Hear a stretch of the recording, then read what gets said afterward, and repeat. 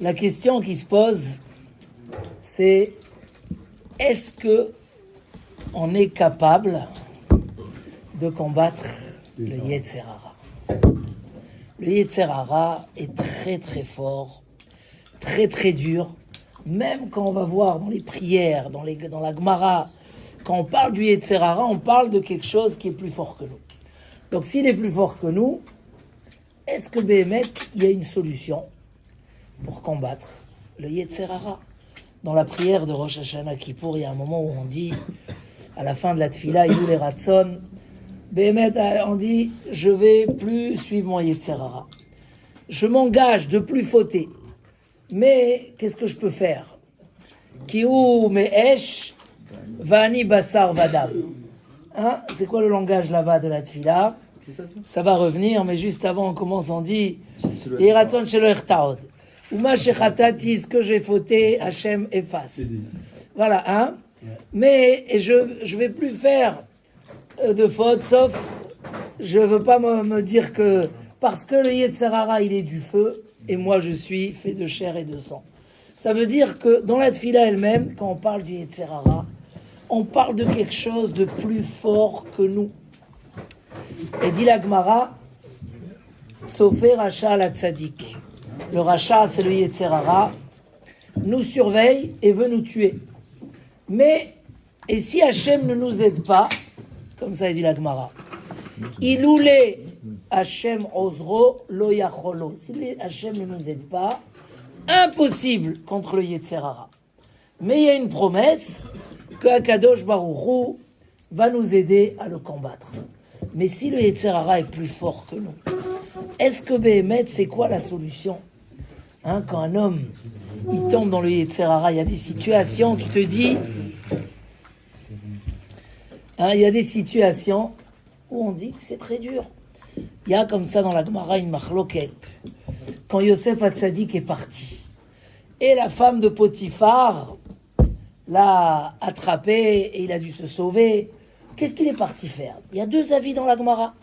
Il y a un avis, il est parti travailler normal, et cette Mazroba-là, elle a fait comme si qu'elle était malade, elle voulait profiter que tout le monde était parti pour la fête à l'église, et comme ça, elle voulait le faire fauter. Mais imaginez que nos Chachamim disent, il y a un avis qui dit que Yosef, ça, il a craqué. Il est parti fauter. Il est parti fauter, Chas Veshalom. Mais quand il est arrivé, il avait tellement travaillé contre son Yetzer Hara, qu'on l'a aidé du ciel, il a vu l'image de son père, il s'est rappelé que ses frères vont être sur le pectoral, il y a eu plein de choses et on l'a sauvé. Parce qu'il avait vraiment... Mais de dire sur Yosef Hatzadik, comment nos Chachamim ont osé. Parce que quand Chachamim il parle du Yetzer Hara, il parle de quelque chose de très très difficile. Alors, si c'est tellement difficile, comment on peut? Il y a par exemple une Gemara qui dit qu'après 120 ans, quand un homme il arrive au ciel, on lui pose plusieurs questions et vous en connaissez certaines. Est-ce que tu étais honnête dans ton travail? Est-ce que tu as fixé des temps pour la Torah? Plusieurs questions. Et à un moment, la Gemara a dit que les gens vont ramener des excuses. Par exemple, il y a un, il va dire, moi j'étais pauvre, je pouvais pas étudier la Torah, qu'est-ce que j'allais faire? Qu'est-ce qu'on va lui dire? Ah, mais qu'est-ce que tu dis? Ah, Hillel Azaken, il était très pauvre, et un jour il est arrivé devant la porte du Beth Knesset, et il n'avait pas de quoi payer l'entrée. À l'époque, il fallait payer l'entrée au cours. Ah, ça aurait fait un beau... Et il a dû grimper sur la... Il a grimpé dans un jour de neige sur la synagogue, et il a mis son oreille pour écouter le cours, et la neige, elle est tombée. Il a failli mourir. Ils l'ont refait vivre, ils ont allumé du feu. L'histoire est racontée dans la Gemara. Tu vois que Hillel était très pauvre, et quand même, il s'est débrouillé pour aller étudier. Comme ça, on va dire à l'homme. Il y a un autre qui va répondre, moi j'étais trop riche. Trop riche. J'avais pas le temps, j'étais occupé dans les affaires du matin au soir. Ils vont lui dire, Rabbi Eliezer était très très riche. Il avait 1000 bateaux, 1000 villes, 1000 champs, 1000 vignes. Bref, et il a quand même étudié la Torah. Il y a un, il va dire, moi j'étais très beau. Et mon Yetzer Hara était trop fort. Qu'est-ce que je pouvais faire? Tu m'as créé beau, c'est pas de ma faute. Donc, on voit déjà, alors, qu'est-ce qu'on va lui ramener comme réponse? Yosef Hatzadik était une des personnes les plus belles au monde. Que Mamash, sa patronne, est devenue folle de lui. Elle a rendu fou. C'est marqué, elle changeait de vêtements 3 fois par jour pour l'attirer. Même en prison, elle est allée. Un moment, elle lui a mis, il dit le Midrash, elle lui a mis un morceau de fer ici, pour que quand il est au travail, il soit face à elle. Maman, c'est un Midrash, hein, c'est pas... Elle lui a mis une barre de fer sous le cou, pour pas qu'il baisse la tête et qu'il la regarde. Imaginez Yosef Hatzadik se trouve, il est obligé de la regarder. Ah, c'est comme dans la clinique ou des trucs comme ça, ils te mettent quelqu'un en face de toi. Qu'est-ce que tu veux faire? Je veux pas voir, mais on me l'a mis devant. Et donc on va lui dire, tu étais plus beau que Yosef Hatzadik, mais il était plus beau que toi, il a réussi. Mais si Chachamim, ils ont besoin d'amener des réponses, si c'était des excuses bêtes, qu'un homme il dit, oh, j'étais trop beau, j'étais trop riche, la Gemara, elle n'aurait pas parlé de ça. Elle n'aurait pas dit qu'on va lui amener des exemples. C'est que dans le ciel, on écoute l'argument. On dit, ah, c'était trop dur pour toi. On comprend, mais c'était faisable. Pourquoi tu n'as pas essayé de faire comme Yosef Hatzadik? Qu'est-ce que chacun il va répondre à cet argument? Dites-moi. Ils vont te dire, Yosef Hatzadik. Tu vas dire, mais moi, je ne suis pas Yosef Hatzadik. Vous comprenez, vous êtes d'accord que c'est plus fort que nous. Vous m'amenez l'exemple de Yosef ou de Hillel Hazaken. Moi, je ne suis pas ni Yosef et ni Hillel Hazaken. Qu'est-ce que vous voulez de moi? Donc, c'est Béhémet une Sheila. On voit que Béhémet, le Yetzer Hara, c'est pas quelque chose de facile. Et quand on parle de Yetzer Hara, on peut parler de toutes les sortes du Yetzer Hara. Que ça soit un Yetzer Hara de mauvais caractère. Il y a des gens qui sont nerveux de nature. Ils ne savent pas c'est quoi rester calme.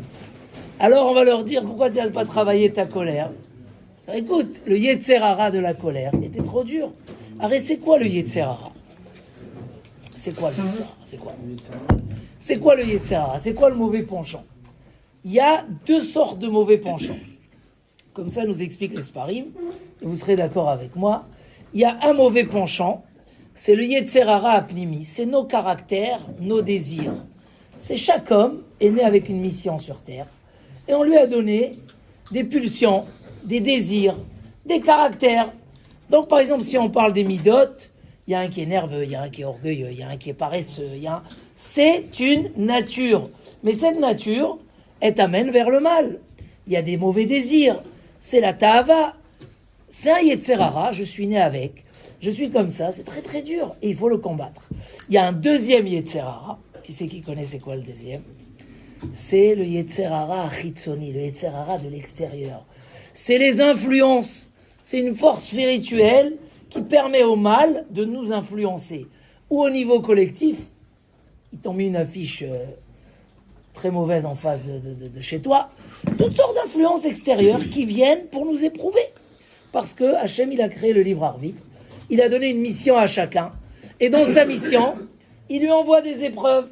Et l'homme, il est influencé comme ça. On voit que le roi David, il a eu une épreuve énorme. L'erreur qu'il a fait, le roi David, c'est qu'il a demandé des épreuves. Il voulait tellement évoluer. L'épreuve, c'est pas négatif. Ça nous aide à grandir. Sauf qu'il ne faut pas qu'elle soit trop puissante, trop élevée par rapport à notre niveau. Donc un jour, le roi David était comme ça. Il a demandé à Hachem, envoie-moi des épreuves. La Gemara dit, les olam, ali avi adam atzmoli denisayon. Jamais faut se faire entrer dans des épreuves. Les épreuves, il faut les fuir. Parce que si tu te fais rentrer dans une épreuve, peut-être qu'elle est au-delà de tes capacités. Et tu vas te retrouver à tomber dans l'épreuve. Le roi David, il a demandé. Il s'est retrouvé un jour comme ça. Il était sur la terrasse au 5e étage, en face de la plage. Et il voit un oiseau qui passe. Il prend la flèche, il veut le tuer, l'attraper. Et bam, la flèche, elle fait tomber un paravent qui était dans le bâtiment en face. Il y avait Bathsheba qui était en train de prendre sa douche. Et ça a créé toute l'épreuve de Bathsheba. Pour vous dire, même un tzaddik comme le roi David, alors est-ce qu'il a fauté? La Gemara dit, il n'a pas fauté. Elle était prévue déjà pour lui. C'est toute une sougia, un sujet. Il n'a pas fauté, mais il n'aurait pas dû faire de cette manière. Donc à cause de ça, il a perdu un enfant. Et il a fait toute sa vie de tchouva. Bref, mais on voit qu'il y a cette notion de l'influence extérieure. Si toi, tu te fais rentrer dedans, voilà, c'est la catastrophe. Parce que peut-être qu'on t'a même pas donné les forces du ciel à échapper. Mais même si tu n'es pas rentré toi-même, il y a dans la vie comme ça des épreuves qui nous rencontrent. Peut-être c'est lié à notre mission, peut-être c'est... Et nous, notre travail, c'est de savoir comment les surmonter. Comment surmonter ces épreuves-là? Comment faire? Si c'est tellement dur, et je vais vous amener ça dans la suite du cours. Des fois, j'ai vu des gens qui ont commencé à faire tchouva. Mais ils venaient de tellement loin. Je me disais, mais comment ils vont réussir à combattre? Ils ont des gros Yetzerara que nous, on n'a même pas connus. Comment il va réussir? Des fois, quand tu essaies d'imaginer, tu te dis, mais c'est pas possible. Et finalement, on les a vus traverser. Comment c'est possible? Est-ce qu'on a la capacité? C'est quoi le secret? Et je suis prêt à vous écouter. C'est quoi le secret? Comment on peut dire que c'est tellement dur? Alors oui, c'est vrai, la Gemara a dit, Hachem, il nous a promis que si on fait le combat contre le Yetzer, il va nous aider. C'est une promesse. Si toi, tu te bats, tu vas réussir à le combattre. Mais moi, je ne parle pas au niveau spirituel. C'est quoi ma partie dans l'histoire? Un jour, il y a le Rav Ezrachi, le Rosh Yeshiva de Mir, qui est venu à Saint-Mandé. Et il nous a dit, ce pirouche-là, il m'a marqué jusqu'aujourd'hui. Je l'entends crier, je ne sais pas si vous connaissez comment il parle, le Rav Ezrachi, avec toute son... Voilà, avec toute sa hitlaavout. Il a dit, un homme, il va arriver au ciel, il va dire, moi, je ne suis pas Hillel Hazaken, je ne suis pas Yosef Hatzadik, qu'est-ce que vous voulez de moi? Ils vont lui dire, tu sais, même Yosef Hatzadik n'avait pas toutes les forces contre le Yetzerara. Mais quoi? Il avait peut-être 90% des forces. Il lui manquait 10. Si on ne l'aidait pas, il serait tombé. Qu'est-ce qu'on a fait du ciel? On l'a aidé, on lui a donné les 10%. Toi, peut-être, c'est l'inverse. Tu n'as que 10% contre ton Yetzerara. Il te manque 90, mais Dieu, il s'est engagé. Dieu, il s'est engagé, Hachem lo ya'azvenu beyado. Donc, on va te reprocher, oui, même Yosef n'avait pas les forces, même Hillel n'avait pas les forces, mais tu as vu qu'il a fait sa partie, et nous, on l'a aidé, d'accord? Donc, toi aussi, tu aurais dû faire ta partie, on t'aurait aidé. Explication magnifique. Mais comment, nous, aujourd'hui, jeunes, on peut combattre le Yetzerara? Vous avez une solution à ça? L'étude de la Torah. L'étude de la Torah, la stabilité, mais la stabilité, Yetzerara, il vient dans la stabilité aussi. Mais c'est pas mal. Quoi, Shabbat? Shabbat contre le Yetzerara. C'est vrai qu'il y a une ségoula, c'est marqué l'Oteva Haru Esh, Beyom HaShabbat, que le Shabbat éteint le feu du Yetzerara. Mais ça, c'est mystique. C'est vrai. Moi, je parle, on est des jeunes aujourd'hui, on sait c'est quoi le Yetzerara, et on veut savoir, est-ce que je suis capable? Est-ce que je suis capable? Et de même que c'est valable pour les mœurs, c'est valable pour la colère, c'est valable pour le Shabbat. J'arrive pas à être Shomer Shabbat. Il y a des gens, ils me disent, moi, il y a des gens dans ma communauté. Alors, pour la blague, j'étais à Givat Shmuel, à côté de Tel Aviv. Et je fais cours là-bas, c'est Ouda Shlichit. Et là, ils commencent à mettre la pression. Shabbat, il sort, Shabbat, il sort. Je dis, quoi, ici aussi, il y a comme chez nous. Moi, j'ai dans la communauté des gens qui fument 2 paquets par jour. Vous savez, comment ils font Shabbat? Mais moi-même, j'arrive pas à comprendre. Comment ils arrivent? Ils fument tellement, Mais ça arrive, l'heure de machin, il me met de la pression, finissez le cours, machin. Et des fois, ils peuvent même m'embêter dans le cours, mais je dis, je les comprends. Comment ils font? Donc, quelqu'un qui veut devenir Shomer Shabbat, et que pour lui, la cigarette, waouh, c'est sans Yetzerara. Comment il fait? Il n'imagine même pas qu'il est capable de le faire. Et pourtant, autour de lui, il y a des gens qui le font. C'est quoi le secret? C'est quoi le secret pour combattre notre Yetzerara? Il repousse la faute. Comment? La volonté. Je fais dans 5 minutes et 5 minutes après, pareil. Donc par des techniques, des tactiques, on va dire. Des tactiques. Tu y crois, à la tactique? C'est un bon conseil. Mais moi, je connais des gens qui ne sont pas forts mentalement. Donc les tactiques, c'est une bonne idée, je l'accepte. Mais c'est pas tout. Il y a quelque chose par derrière. Nous, il faut la son rythme. et comment mettre ces barrières alors que... Oui, tonton. Ah, tonton. Oui, tonton. D'accord.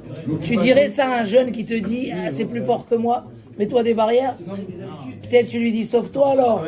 Oui, peut-être. Donc se battre avec des astuces, mais mourir en même temps, c'est-à-dire vraiment craquer. Qu'est-ce qu'il dit?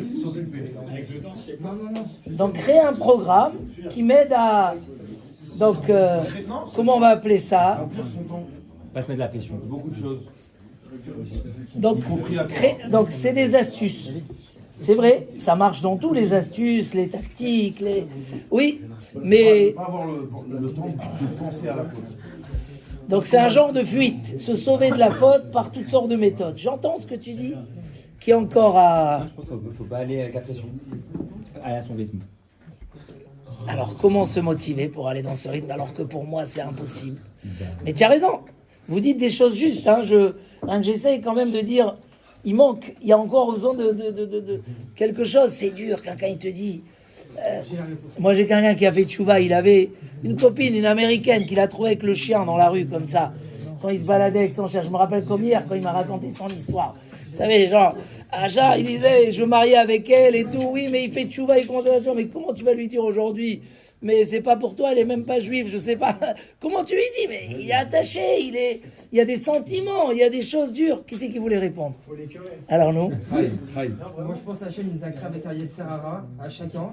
Et chacun, on a la possibilité de le combattre. S'il nous a mis ce Yetzer Hara précisément, c'est qu'on est capable. Bah oui. Et il s'engage. Mais comment faire? C'est quoi la méthode? Après, ça, je sais pas. Je sais qu'on est capable. J'entends. Oui, c'est la Gemara qu'on a ramené, qu'en vérité, il est plus fort que nous. Et si Hachem ne nous aide pas, on ne peut pas. Mais Hachem a garanti que si on fait notre partie, même si on est capable de faire que 5 il va nous aider. D'accord? Donc c'est au côté mystique. Maintenant, je veux savoir, les 5 ou les 10% que je suis capable de faire, comment je peux les faire? Alors venez, on va essayer de réfléchir ensemble. La tfila, demander à Hachem. Oui, c'est un élément qui vient après que tu as fait ta partie. Hachem s'est engagé qui va t'aider. Donc si tu pries encore plus, il va t'aider. Mais comment faire ma partie? Et surtout, quand un homme il est noyé dans sa difficulté, dans ce Yetzer Hara. Moi j'ai par exemple on va parler aussi d'argent, les machals. Chacun il a son épreuve. Mais j'ai quelqu'un qui venait chez moi à la synagogue, ça fait longtemps. Et il faisait des magouilles. Donc il gagnait beaucoup d'argent. Isken, il s'est fait attraper, ils l'ont mis en prison. Vous savez c'est quoi, la famille, tous les galères, etc. Et un jour il est sorti, il a commencé à chercher un travail. Il m'a dit comme ça, je me rappelle encore où j'étais quand il me l'a dit, peut-être ça fait 7 ans, 8 ans. Il m'a dit, mais je ne peux pas travailler. Aujourd'hui, je vais travailler 1 mois pour gagner 2000 euros, alors qu'avant, 2000 euros, 10 000 euros, je gagnais avec une bêtise. Il dit, mais Baruch Hashem, aujourd'hui, il a réussi à traverser ça. Et après, c'était pas que 2000 euros, c'est devenu un vrai business, etc. Mais quand il m'a parlé de ça, j'ai essayé de le comprendre. J'ai dit, mais aujourd'hui, il veut arrêter, mais c'est plus fort que lui. Et Baruch Hashem, il a réussi. Mais il y a des choses comme ça dans la vie, que quand tu fais le poids, tu sais pas quoi dire à la personne en face de toi. C'est vrai, c'est trop dur. C'est ce qu'on dit, le Yetzer Hara, c'est très très dur. Et il y a des fois des Yetzer Hara intérieurs, quand il y a en plus des Yetzer Hara extérieurs qui viennent alimenter mon mauvais désir, alors qu'est-ce que je peux faire? Alors vous avez dit des choses très intéressantes, on va reprendre certaines. Mais venez, on essaye de... Moi, pour commencer, je vais commencer par un très beau ridouche, une très belle façon de voir les choses que j'ai vu dans le Rav Volbe. Il est niftar il y a quelques années, mais un des grands Baalei Moussar de notre génération. Il dit comme ça une phrase extraordinaire. Il dit en fait, il y a ce qu'on appelle la gravitation, d'accord? Si moi je suis là et l'autre il est aux États-Unis, la Terre est... il y a l'aspect de l'aimant. Un aimant, tu le mets avec l'endroit du fer, bam, ça attrape les choses. Il dit comme ça, tant que tu es dans la zone de ton Yetzer Hara, alors Bémet, des fois, tu es emprisonné. Tu ne peux pas sortir parce que tu es sous l'effet. Tu mets un aimant dans un endroit où il y a du fer, ça tire fort, il n'y a rien à faire. Mais parce que tu es encore dans sa zone, dans son environnement, dans son lien d'influence, où là-bas, voilà. C'est comme ils ont dit que le Mossad, là, il a espionné les Iraniens avec tous les caméras. Quand tu es si tu es dans le périmètre où je suis en train de te surveiller, tu peux rien faire, tu es là. En revanche, quand tu sors de ce périmètre, tu as réussi à sortir. Et on va expliquer qu'est-ce que ça veut dire sortir. Ça veut dire j'ai fait un combat avec mon Yetzer Hara et j'ai réussi à trouver d'autres plaisirs et d'autres satisfactions. J'ai réussi à casser. Regardez, la Gemara, elle dit une chose pareille. David Amelech, il s'est trompé sur quelque chose. C'est dur à dire ça. David Amelech, je vais le dire délicatement, il s'est trompé dans un élément. Que quoi? Il y a un membre dans le corps de l'homme que si tu le rassasies, il devient le plus affamé au monde. Et si tu l'affames, il devient calme. Et David Ameller s'est trempé dans ça. Il pensait, les rois à l'époque avaient le droit d'avoir beaucoup de femmes. C'est une Gemara. On étudie de la Torah, donc on peut dire les choses, c'est de la Torah. Et il avait beaucoup de femmes, et il pensait que justement, pour calmer son désir ou ses volontés, il faut se donner ce qu'on a besoin. Et il s'est trompé, parce que c'est l'inverse. Quand tu dis oui à ton Yetzerara, trop, même dans le kasher, mais le fait que tu lui donnes tout ce qu'il veut, il devient affamé à un niveau, c'est comme quand vous mangez du sucre. Tu es au régime, tu dis, bah, je vais juste prendre un petit bonbon. Eh ben, c'est mort. Tu as une faim. Pourquoi ? Parce que tu as ouvert l'appétit. Alors que si à l'inverse, tu l'affames, il se calme, etc. C'est-à-dire que même David Ameller, il s'est trempé dans cette idée-là extraordinaire. C'est que tant que tu es dans la zone de la Toum'a, tu es capturé. Tu peux pas sortir, tu es enfermé. Mais si tu arrives à combattre et à dire même temporairement, je sors, je vais rentrer dans la zone de la Kdusha. Là, je trouve un plaisir énorme, parce que dans la Kdusha, vous savez, Dieu, il a créé le bien et le mal en équivalence. Et s'il y a des plaisirs dans la Touma, il y a 1000 fois plus de plaisirs dans la Kdusha. Mais des vrais plaisirs extraordinaires, qui fait qu'au contraire, les choses qu'avant ils pouvaient t'intéresser, aujourd'hui ne t'intéressent pas du tout. Au contraire, tu as trouvé d'autres plaisirs. Tu as réussi à combattre et à trouver que justement, il y a comme ça un passouk du roi Salomon qui dit « Ta avaniya » dès que tu casses ton désir, te'erav la nefesh. L'âme, elles sont quelque chose de très agréable. Et on peut le sentir des fois. Quand comme ça, on a cassé, on avait envie, on a dit non, je suis un homme sérieux, je vais pas, etc. Et tu l'as fait avec grandeur, alors te'erav la nefesh. L'âme, c'est pas un plaisir extérieur, c'est un plaisir intérieur. C'est comme ceux qui ont sauté à la mer aujourd'hui avec le Rav Parsi. Quand tu sautes dans un mikvé froid, au début, c'est waouh. Mais quand tu sors, il y a un sentiment de plaisir extraordinaire. Tu es sorti du froid. Tout ton corps, il se chauffe comme ça. Tu sens quelque chose d'extraordinaire. Quand tu casses le désir, c'est comme quand il fait chaud et tu sautes dans la piscine froide. Tu sens qu'il y a quelque chose. Tu es sorti d'une zone qui n'était pas confortable. Le premier secret, il nous dit, c'est comme il a fait Yosef Hatzadik. Yosef Hatzadik, elle lui a fait imaginer les plus grands rêves au monde. Elle a fait rêver. Quand Yosef Hatzadik s'est sauvé, il a refusé. Alors là, il s'est relié à toute cette richesse spirituelle. Ses frères, son père, c'est marqué. Il lui a dit, mais mes parents ont l'habitude que Dieu se dévoile à eux. Si je faute, comment il va se dévoiler à moi ? Il s'est dit, mes frères vont être sur le pectoral. Moi, je vais être comme ça dans des zones obscures. Il a dit, qu'est-ce qu'il a dit encore ? Il a vu l'image de son père. Il a dit quoi ? Tout ça, quand un homme comprend qu'il y a autre chose. Il y a une histoire très connue d'un homme. C'est une histoire très très connue. Elle avait fait beaucoup de bruit. Un homme comme ça qui travaillait dans une rue très très sale. Je sais pas où c'était, dans quel pays, si c'était là-bas. Une rue très très sale. Tous les affiches, des catastrophes. La rue, on pouvait même pas passer là-bas. Et lui, il était très éloigné de la Torah. Et il pensait jamais se marier pour pas rentrer en prison. Marié, c'est Hachem Ishmor. Pour lui, c'était ça. Et il avait une grosse queue qui allait jusqu'à... Et il vivait comme ça dans une vie de Efkerout. Comment dire Efkerout des bandades. Bon. Et un jour, 20 ans après, un ami à lui le rencontre. Il le voit comme ça, tout fin, bien, une petite barbe, sympathique, avec 5 petits-enfants qui le suivent. Et Mamache, il voit que cet homme-là, il brille, il dit, mais c'est toi que j'ai connu à 20 ans. Dis-moi, qu'est-ce qui s'est passé ? Qu'est-ce qui a changé ta vie ? Et tu sais ce qui a changé ma vie ? Il dit, un jour, j'étais devant la porte de mon magasin. Et je vois un homme comme ça qui passe, avec les lunettes comme ça, les yeux, il doit faire une course dans la rue, mais il peut pas, il ferme les yeux.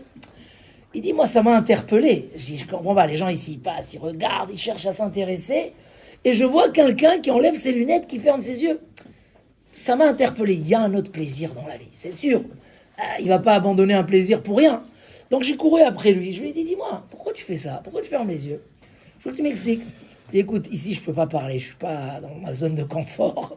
Viens chez moi à la maison, je t'invite, on prend un café. Il dit, ben je suis parti parce que ça m'a interpellé, j'étais comme ça. Et cet homme-là, il est parti, il arrive à la maison, il voit des petits enfants qui courent de partout. La Gdoucha, sa femme qui vient, qui le reçoit avec un accueil magnifique. Il dit, Il a commencé à dire, explique-moi. Il lui a dit, bien sûr, tu crois que là-bas c'est un plaisir. Là-bas c'est un puits d'égout, c'est comme si tu es dans les égouts. Mais tu veux un vrai plaisir, nous voilà, Baruch Hashem, on est mariés, on est dans le shalom, dans le bonheur, on a tout ce qu'on veut, tous les plaisirs au monde, on les a ici à la maison. Et regarde nos enfants, c'est un bonheur infini et tout. Et bref, ils ont commencé à prendre un contact. Il dit, il m'a changé la vision des choses. J'ai compris que je pensais que le plus grand plaisir, c'est où je me trouvais. C'était là, j'étais dans la zone du Yetzer Hara, j'étais aveugle. Hein, tu sais ce qu'ils ont fait les Américains là quand ils sont partis attraper le président du Venezuela. Apparemment, je sais pas, c'est ce qu'ils disent. Ils ont un nouvel outil qui aveugle. Les gens, ils n'arrivent pas à voir. Hein, c'est ce qui est marqué. Et donc les soldats, ils ont rien vu. Ils étaient aveuglés pour quelques heures. Quand tu es dans la zone du Yetzer Hara et que tu es aveuglé, tu crois que tu es dans le meilleur confort. Mais en fait, sors de là-bas, vas-y voir ailleurs, vas-y voir les plaisirs qu'il y a. Et là, tu vas voir que c'est extraordinaire. Donc la première des solutions, c'est quoi? C'est déjà de savoir, c'est ce qu'on va dire à la personne. Va chercher ailleurs, tu vas voir. Sortir, c'est savoir que donner liberté à ses désirs, à ses pulsions, donner liberté à ses caractères, c'est la chose la plus grave, la plus dangereuse. Tu n'as rien fait. Mais quelqu'un qui casse sa volonté, qui sort de là-bas, c'est là où il goûte à d'autres plaisirs. Donc la première solution, et que je l'ai vu, je ne vous parle pas de théorie, des gens qui étaient vraiment, comme je vous ai dit, dans une tchouva où ils étaient dans des zones obscures, et les voir aujourd'hui, comment ils vivent dans un plaisir, dans un bonheur. Une de ces personnes que je vous ai citées, quand je vais chez lui à la maison, je suis impressionné. D'abord, il a la famille nombreuse. L'américaine, elle est plus là. Ça y est, il s'est marié avec une batte Israël Kshera et tout. Il a Baruch Hashem, la grande famille. Il a une belle maison magnifique dans les quartiers les plus chers de Paris. Mais dans la salle à manger, il y a un creux comme ça, avec des livres et des livres et des livres, et un bureau. Et sa femme me dit, tu sais, tous les matins, il se lève, avant d'aller au travail, il étudie 1 heure. Tous les soirs, il étudie, et il vit dans le bonheur. La première solution, je ne vais pas être trop long, parce on va avancer étape par étape, c'est de se dire, oui, c'est inimaginable que j'arrive à combattre, mais c'est inimaginable dans l'endroit où je me trouve. Mais si je sors de cette zone négative, et l'endroit où les monts, ils me tirent, ils me bloquent, et je veux voir ailleurs, je vais voir que Béhémet, je ne suis pas dans le bonheur du tout. Le bonheur se trouve quelque part d'autre. Et quand on voit autour de nous des gens qui ont réussi à le faire, et que je ne les vois pas tristes, je les vois heureux, c'est que mes batailles, peut-être que je suis capturé quelque part, et que si je sors, je vais voir là-bas le vrai bonheur. Ça, c'est le premier conseil que je peux donner. On passe au deuxième. Après les questions, le deuxième, je ne sais pas qui c'est qui a dit, Torah. Torah. Torah. C'est marqué comme ça. Lechaim, lechaim.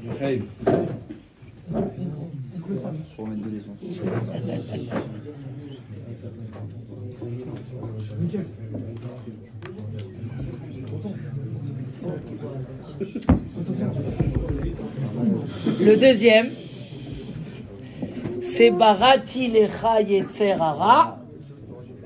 C'est quoi la suite? Barati lecha Torah tavlin. Je t'ai créé. Ça, c'est Hachem, le papa qui nous a créés, il nous dévoile. Hachem qui nous a créés, il nous dévoile. Et il nous dit, sache, je t'ai créé un Yetzer Hara, je t'ai créé la Torah en tant que remède et en tant que guérison. Il dit le Midrash, ça ressemble à un père qui s'est énervé contre son fils. Et il n'a pas contrôlé et il a frappé son fils. Il a blessé dans la main. Tu entends, John? Il a blessé dans la main. Quand il a vu que son fils était blessé, et son fils voulait aller à la piscine, il voulait aller faire des activités. Le père était médecin, il lui a fait un pansement. Et il lui a dit, mon fils, tant que ce pansement est sur tes mains, tu peux aller dans le chaud, dans le froid, tu peux faire ce que tu veux, toutes les activités. Mais si un jour tu enlèves ce pansement, chas shalom, ça peut s'infecter, tu vas mourir. Il dit le Midrash la même chose à Kadosh Baruch Hu, c'est notre papa. Il nous a créé un Yetzer Hara pour nous donner du mérite. Il nous a créé le Yetzer Hara, mais il nous a dit c'est quoi? Le remède. C'est le pansement. C'est quoi le pansement? C'est la Torah. Comment la Torah nous aide à combattre le Yetzer Hara? C'est quoi? C'est mystique. C'est aussi mystique, mais c'est pas que mystique. Quand un homme étudie la Torah, c'est comme quand vous buvez là le whisky. Où il y a plus de calories, dans un whisky ou dans une bouteille de iced tea? Dans un petit whisky comme ça, il y a plus que toute la bouteille du iced tea. Pourquoi? C'est du concentré. La Torah,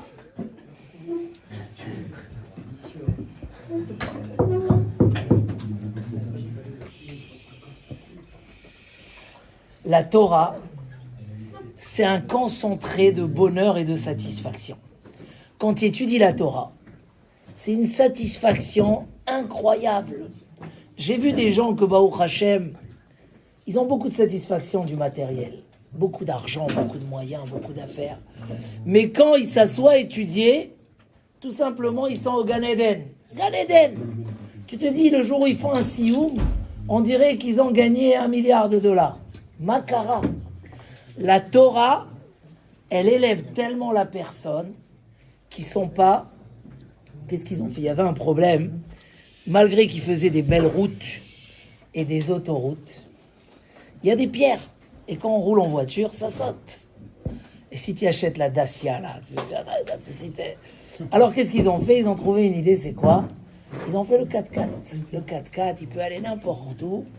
On sent pas, il y a des suspensions. La Torah, ça nous élève au-dessus de toutes les épreuves. Ça nous donne une force. Un homme, il devient encore plus fort que les anges. Comment le Yetzer Hara, il peut venir et le confronter? Et ce que je vous dis, la Gemara, elle le dit à plusieurs reprises, mais vous allez voir comment c'est réel, c'est pas que mystique. La Gemara, elle dit, Im paga becha menu valze. Si demain tu vas dehors et tu sens que le Yetzer Hara, il t'a brusqué. Moshre ou le bet à midrash. Tout simple. Tu sens que ça y est, tu vas t'étouffer, tu vas tomber dans l'épreuve. Elle est trop forte, trop forte. C'est impossible. Amène-le au bet. Va étudier 20 minutes et tu verras. Hier, on a cité dans le cours, le Maïmonide, que les mauvaises pensées ne viennent pas dans l'esprit d'un homme, rien quand l'esprit il est vide. Vous vous rappelez, on a parlé de ça. Quand le puits il est vide, il n'y a pas d'eau, qu'est-ce qu'il y a à la place de l'eau dans les puits? Les serpents et les scorpions. Mais quand il y a de l'eau, le puits il est humide, il est vide. Sa vie, c'est de l'eau de vie. Il n'y a pas de scorpions. La Torah, c'est une réalité. Qu'est-ce qu'il dit le Rambam là-bas? Pas parce que quand tu étudies la Torah, Dieu il te sauve. Non. Qu'est-ce qu'il dit le Rambam? Vous savez ce qu'il dit le Rambam? Il dit parce que le roi David, il a dit que la Torah, c'est Ayelet Ahavim. C'est un élément d'amour. Il y a la traîne, elle est pleine de grâce. C'est comme un bébé qui boit le lait de sa mère, où il y a tous les goûts dans ce lait. C'est-à-dire le Rambam, il nous dit, quand tu étudies la Torah, tu touches à un goût tellement magnifique, tu veux pas voir ailleurs, ça t'intéresse pas. Et ça, c'est une réalité, Rabotaï. Tu t'en vas? Rabbi Akiva, un jour il se promenait, je sais pas pourquoi il se promenait, mais c'est que Rabbi Akiva, il a commencé à étudier la Torah à 40 ans. Un jour il se promenait dans un endroit où il y avait des beaux rochers, dans les calanques. Calanques. Et les calanques là-bas. Et il voit une pierre énorme, un rocher énorme qui est troué. Vous connaissez cette histoire, Mistama? Il y a un trou comme ça dans le rocher. Alors ça l'étonne. Il regarde, il voit que de la montagne, ça tombe des gouttes d'eau. Il dit, mais comment des gouttes d'eau ont réussi à percer un rocher? Alors on va voir. Si la goutte, elle fait 0, donc 0 plus 0, égale 0. Comment c'est possible qu'avec les années, ça va faire un trou? Même s'il y a 1 milliard de gouttes qui sont tombées, c'est 0 plus 0. Alors comment ça a été percé? c'est que tu vois pas, ça fait un petit effet, qui est mamache minime, on n'arrive pas à le voir. Il a dit, si déjà le doux a réussi à transformer le dur, alors la Torah qui est comme du feu, aloko devarai kaesh, et mon cœur qui est tout doux, bien sûr qu'il va être transformé par la Torah. Donc, au-delà du niveau mystique, la Torah, c'est une satisfaction extraordinaire. Quand on pense à des Yetzer Hara très très durs, comme celui de Yosef Hatzadik, ou comme celui de l'honnêteté dans la vie, ou celui des Midot, et on pense quelques minutes, que si demain j'étudie la Torah, je suis tellement heureux en moi-même que ça ne me parle plus. Tout simplement, j'ai beaucoup plus, comment il a dit le Rambam, la Torah,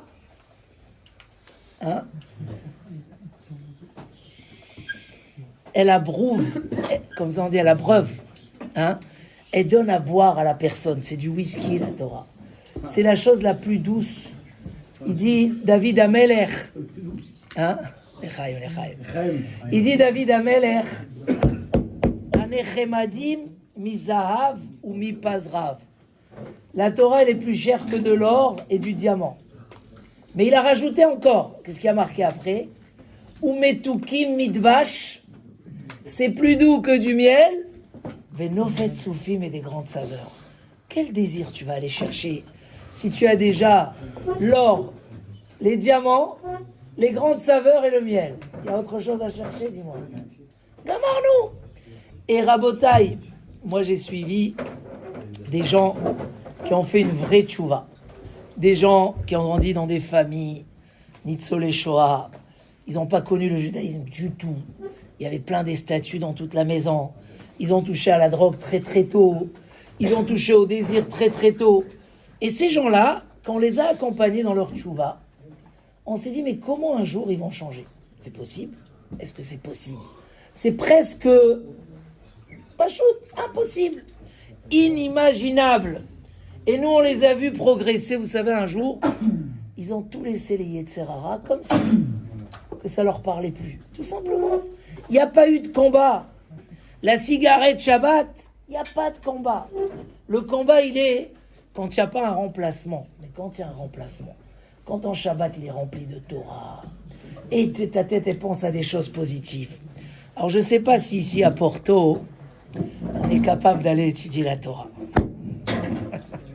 Peut-être qu'il faut aller à Yerushalayim, ou au moins à Paris. Eh ben non. Partout, si tu prends la Torah à cœur, tu l'étudies, tout simplement, tu n'as plus de combat avec le Yetzer Hara. C'est le pansement. Tu peux rentrer dans l'eau chaude, dans l'eau froide, le Yetzer Hara, il est dans tes mains. Et ça, qui c'est qui nous a dévoilé ça? C'est Dieu lui-même.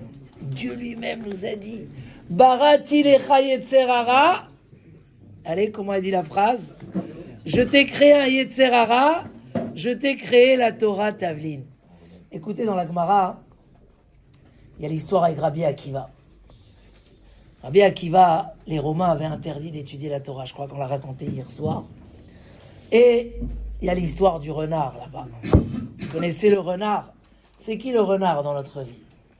Le Yetzer Hara. Le renard est venu au bord de l'eau. Et il a dit aux poissons, venez vous promener avec moi, comme nos parents se sont promenés ensemble. Et les poissons, pourquoi il leur a dit ça? Parce que les poissons, ils se sauvaient des pêcheurs. Il dit, arrêtez de vous sauver des pêcheurs. On continue? Oui. L'alcool. Ça fait pas bon ménage. Encore quelques minutes, Rabotaï. Après, on fait question-réponse. Le Yetzer Hara, qu'est-ce que j'étais en train de dire? Oui, le renard, il dit Rabbi Akiva comme ça. Le renard, il est venu au bord de l'eau. Il a dit aux poissons, vous avez peur des pêcheurs. Venez avec moi. Vous savez, nos parents étaient déjà ensemble. Ils se sont baladés sur terre. Venez avec moi, je vais vous protéger. Qu'est-ce qu'ils lui ont répondu, les poissons? Il dit Rabbi Akiva dans sa parabole. Choté, toi imbécile, tu n'es pas le plus intelligent des bêtes. Tu es le plus bête, tu es malin. Si déjà dans l'eau c'est tellement dur, il y a des épreuves, mais on s'en sort, on vit bien dans l'eau. Si on sort, on est mort tout de suite. Rabbi Akiva, il a répondu à un homme qui s'appelait à l'époque Papous Ben Yehuda. Papous est venu chez Rabbi Akiva, il lui a dit, il faut arrêter d'étudier la Torah. Il y a les Romains, ils veulent tuer ceux qui étudient la Torah. Rabbi Akiva, il dit, je ne peux pas m'arrêter. C'est comme les poissons dans l'eau. A Torah, Ichayenu, la Torah, c'est notre vie. Si on abandonne la Torah, on est mort. Le Yetzer Hara, il nous avale. Qu'est-ce qu'il a répondu, Rabbi Akiva? Il y a un renard. C'est le Yetzer Hara. Il essaye de t'expliquer que si tu sors de la Torah, ça va être bien. Mais en 2 mots, il est en train de t'expliquer, comme un poisson quand tu lui dis sors de l'eau. C'est pas possible. Nous, quand on étudie la Torah, il n'y a plus d'Yetzer Hara. Le renard, il reste dehors de l'eau. C'est ce qu'il a répondu, Rabbi Akiva. Vous serez, Bezrat Hashem, un jour des bons businessmen. Amen. Avec beaucoup d'argent et beaucoup de réussite. Mais c'est pas tout. C'est pas tout. Yaakov Avinu, il a dit...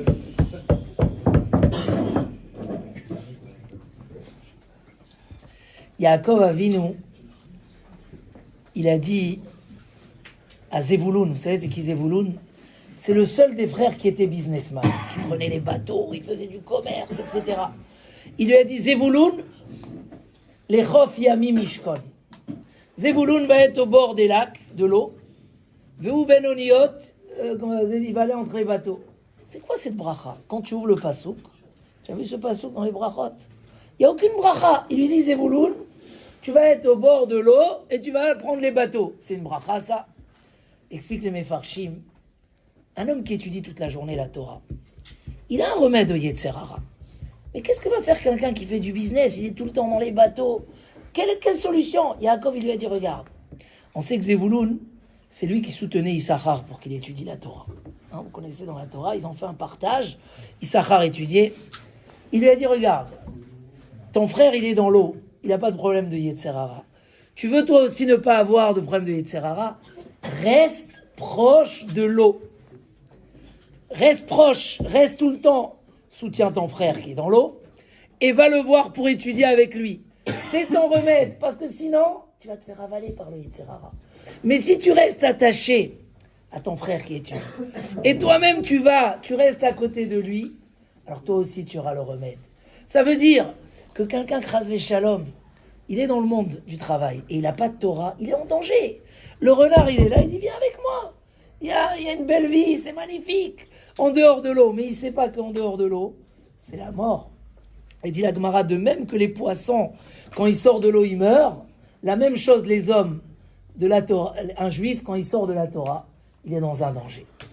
Alors, avant que je résume la deuxième solution, mais qui est naturelle, facile, c'est dur de dire ça, je ne peux pas dire ça, mais c'est une réalité. Quand tu vois quelqu'un qui se met à l'étude, tu vois que ça y est, il monte. Ou parce que, qu'est-ce qui s'est passé? Ça y est, ils veulent une vie plus moderne ou des trucs comme ça. Tu te dis, mais qu'est-ce qui vous arrive? Vous avez une famille. Sans Torah, c'est très très dur. Avec la Torah, on va très très loin. Si vous me donnez encore quelques minutes, j'ai encore 2 idées, je vais résumer à la fin. Je vais les faire en bref. La troisième solution, qui peut aider énormément contre le Yetzer Hara, c'est comprendre que le Yetzer Hara, c'est de la fumée et de l'imagination. On vit ces jours-là quelque chose d'incroyable. Ils disent que Netanyahou voulait à tout prix bombarder le pétrole des Iraniens parce qu'ils voulaient de la fumée sur Téhéran. C'est marqué dans tous les infos, vous pouvez voir. En Israël, ils ont fait de ça. Que Trump n'était pas trop pour, mais Netanyahou, il voulait à tout prix que les gens, dans les images, ils voient, mais même, je l'ai lu hier soir, il voulait de la fumée.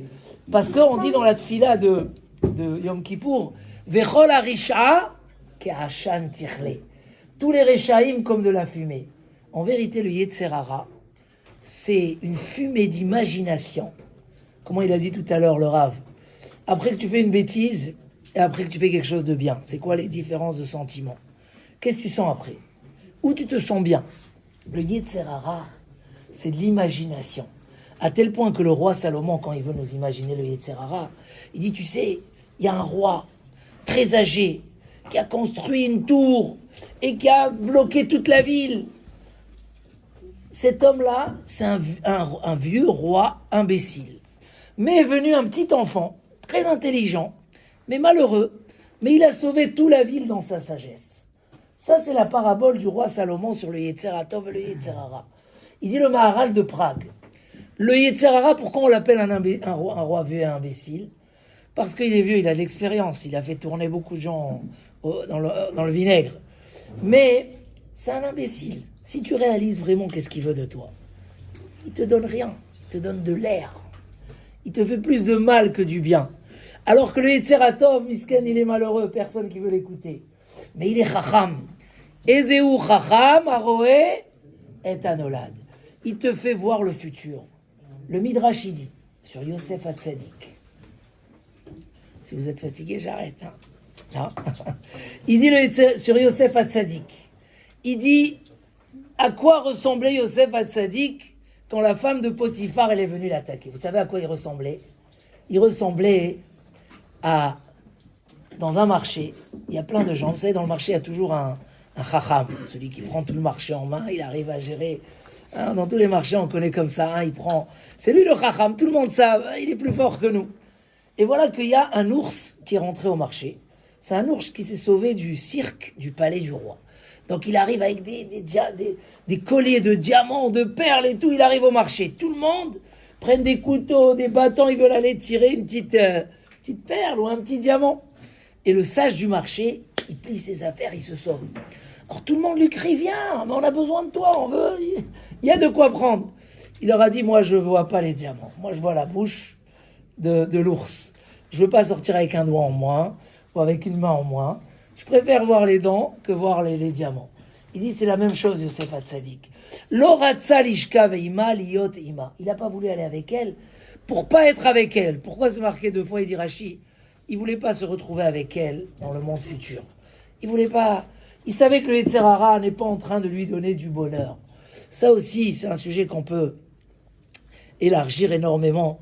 Mais c'était la chokhma de Yosef Hatzadik. Faire des choses dans la vie constructives.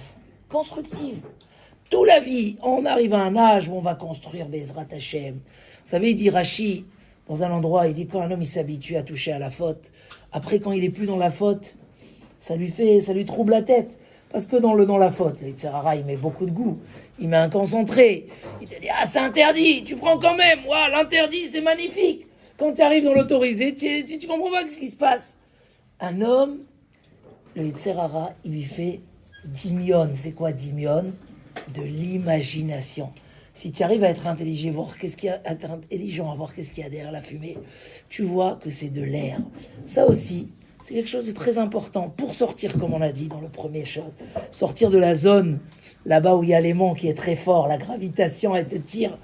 Pour sortir, pour aller vers la Torah, il faut des fois savoir, voilà, vaut mieux aller ailleurs qu'avec le Yetzer Hara parce que c'est de l'imagination. Et pour terminer, toujours le Yetzer Hara, il faut le fuir. Si tu vas vers lui, comment ça se passe? Il te dit, viens, on sort ce soir, viens, on va machin. Là, j'ai voyagé. Il y a quelqu'un, il est en saoulé, il en dit, viens, non, mais c'est cachère, etc. Après, il va dire, oh là là, j'aurais pas dû aller, pourtant, Baruch Hashem, il a rien fait de mal. Mais, il faut savoir, le Yetzer Hara, la meilleure solution, c'est comme il a dit Yosef Hatzadik, Vayanos, c'est quoi Vayanos? On dit que pourquoi la mère, elle s'est sauvée des Bnei Israël? Parce que Yosef, il s'est sauvé de la femme de Potiphar. Vaïmaen, il a refusé, il s'est sauvé. Il savait qu'il devait laisser son vêtement là-bas parce qu'il ne pouvait pas lui arracher des mains, il ne voulait pas lui manquer de respect, c'était sa patronne. Mais il a dit, je me sauve. Tu t'es sauvé, la mère elle va se sauver. La bouche qui n'a pas touché à la faute, elle a mérité que Al-Picha Ishak Kol Ami, tout l'Égypte, c'est qui a géré? Yosef. Les mains qui n'ont pas touché à la faute, ils ont pris le sceptre en or, il est devenu roi. Les pieds, les machins, le Midrash, il prend chaque membre de Yosef, chaque membre, il a été récompensé. Qu'est-ce qui vaut mieux? Quelque chose de constructif, où on va construire, on va être béni, on va être construit, ou Chazvé Shalom, un truc éphémère qui va nous détruire. Savoir voir le mensonge et le fuir, il n'y a pas mieux que se sauver d'une épreuve. Parce que si je vais vers l'épreuve, c'est le Yetzer Hara extérieur, il est très très dur. Et là je finis avec Pessah. Les Bnei Israël ne sont pas sortis d'Égypte tant qu'ils n'ont pas réussi à combattre ces 2 Yetzer Hara. Qu'est-ce qu'ils ont mis sur les linteaux avant de sortir? Le sang de la Brit Mila. La Brit Mila, c'est vivre sur Kiddush Hashem, c'est vivre sur la vérité. Et le deuxième sang, c'était l'agneau pascal. C'était l'idolâtrie des Égyptiens. C'était l'influence extérieure. Ils ont pris ces deux sangs-là, ils ont dit, Nigmar, on les met pour Akadosh Baruch. Arrive Pessah, c'est fini le whisky, il n'y a plus de Hametz. Pourquoi il n'y a pas de Hametz à Pessah? Parce que, il dit le Ramchal, Rabbi Moshe Chaim Luzzatto, la Torah voulait qu'on commence notre vie dans la pudeur. 7 jours, comme un bébé, il boit du lait de bébé. C'est quoi le lait de bébé? Un lait pur. 7 jours, il ne faut pas qu'il y ait du Hametz. Le Hametz, c'est le symbole du Yetzer Hara, c'est la transformation. On fait une belle baguette, magnifique. Un jour après, elle a séché, elle est morte. Tu prends la matzah, tu peux la garder 5 ans. Pourquoi le Yetzer Hara, c'est ça? S'il te fait, ah c'est bon, c'est délicat. Un jour après, elle a durci, elle est plus là. Le Yetzer Hatov, c'est le constructif. C'est ce qui va te rester pour la vie. Le Yetzer Hara, c'est l'éphémère, c'est le dimion, c'est l'imagination. Après Pessah, vous savez, les femmes, je sais pas si vous avez vu vos mères, les nettoyages à folie, des machins. Un jour après Pessah, on ramène de la baguette. Des fois, on a une frustration. On dit, mais pourquoi on a tout nettoyé? On a tout jeté. Si c'est pour que le lendemain, on le ramène. Parce que le Yetzer Hara, on l'a besoin dans la vie. Celui qui étudie la Torah, il sait faire la bonne mesure. Il sait savoir où trouver son Yetzer Hara, comment l'utiliser. La Torah ne nous a pas demandé d'être privé. Elle nous a juste demandé de prendre le désir et de l'utiliser pour les choses positives, c'est tout. Il faut juste avoir plutôt qu'il soit destructif, qu'il soit constructif. Donc, après Pessah, on revient à la vie normale. On reprend le Hametz, mais on sait déjà le gérer. C'est ça le principe. Enlever le Hametz pendant 7 jours. Apprendre à s'abstenir, à le changer, à changer la zone de confort, la zone de plaisir, la changer, mettre des choses qui nous enrichissent. Mais après, tu reprends le Yetzer Hara et tu sais le doser, tu sais le mettre dans la bonne Béhéter, vélo, Béhissour, dans l'autorisé, pas dans l'interdit. Donc si je résume, Bezrat Hashem, la vie est précieuse. Hein, Rabotai, vous êtes d'accord avec moi? Oui. La vie est précieuse, on veut réussir. Vous faites Messirut Nefesh, 5 ans, loin de la famille, des fois plus, pour construire un bel avenir. Mais savoir que construire ce bel avenir, c'est à condition qu'on soit avec un bon avocat, une bonne sécurité, une bonne assurance. C'est qui cette bonne sécurité, cette bonne assurance? C'est le Yetzer Hatov, c'est la Torah. Comment faire? Toujours casser les mauvais côtés pour changer de zone. Sortir de la zone de la Touma vers la zone de la Gdusha. Et là, c'est extraordinaire. La première solution qu'on a donnée. Se dire, oui, je ne vais pas souffrir. Quand j'arrête la cigarette Shabbat, quand j'arrête le téléphone Shabbat, je ne souffre pas. C'est le plus grand bonheur qu'il peut y avoir. Je profite de la lumière plutôt de profiter des choses obscures. Deuxième solution, l'Imouda Torah. Quand on étudie la Torah sérieusement, on se fait une vraie satisfaction de ça. Tout simplement, on ne ressent plus les Yetzer Hara. Tu passes sur les pierres, tu passes sur les dodanes, tu les ressens pas. C'est vrai, je sais pas si vous avez... Quand tu roules avec la Twingo ou la 4x4, tu sens pas c'est pas la même chose. Prendre la Torah dans sa vie, comme il a dit le Rambam, il n'y a plus de scorpions, il n'y a plus de mauvaises pensées, il n'y a plus de tentations négatives. Troisième chose, on a rajouté après, apprendre de voir le mensonge du Yetzer Hara, son imagination. Ah, ça y est, on croit. Vous savez, le Ohr HaChaim HaKadosh, il dit que le Yetzer Hara, il a dit à Adam HaRishon, et après je vous laisse, hein, il a dit à Adam HaRishon, si tu manges pas, il y avait des milliers d'arbres dans le Gan Eden. Ouais, si tu manges pas cet arbre-là, voilà, ça sert à rien, tout le reste. Mais tiens, mangez 200 fruits. Le Yetzer Hara, il vient, il nous fait un nuage de fumée, de couleurs, comme si que apprendre à voir plus loin. Qu'est-ce que ça va me sortir de ça? Et qu'est-ce que ça va me sortir de ça? Si on s'habitue à voir les choses comme ça change tout. Et enfin, savoir se sauver des mauvais endroits. Parce que l'influence est très très forte. On dit, le Gaon de Vilna, il dit que le Yetzer Hara extérieur est beaucoup plus fort que celui de l'intérieur.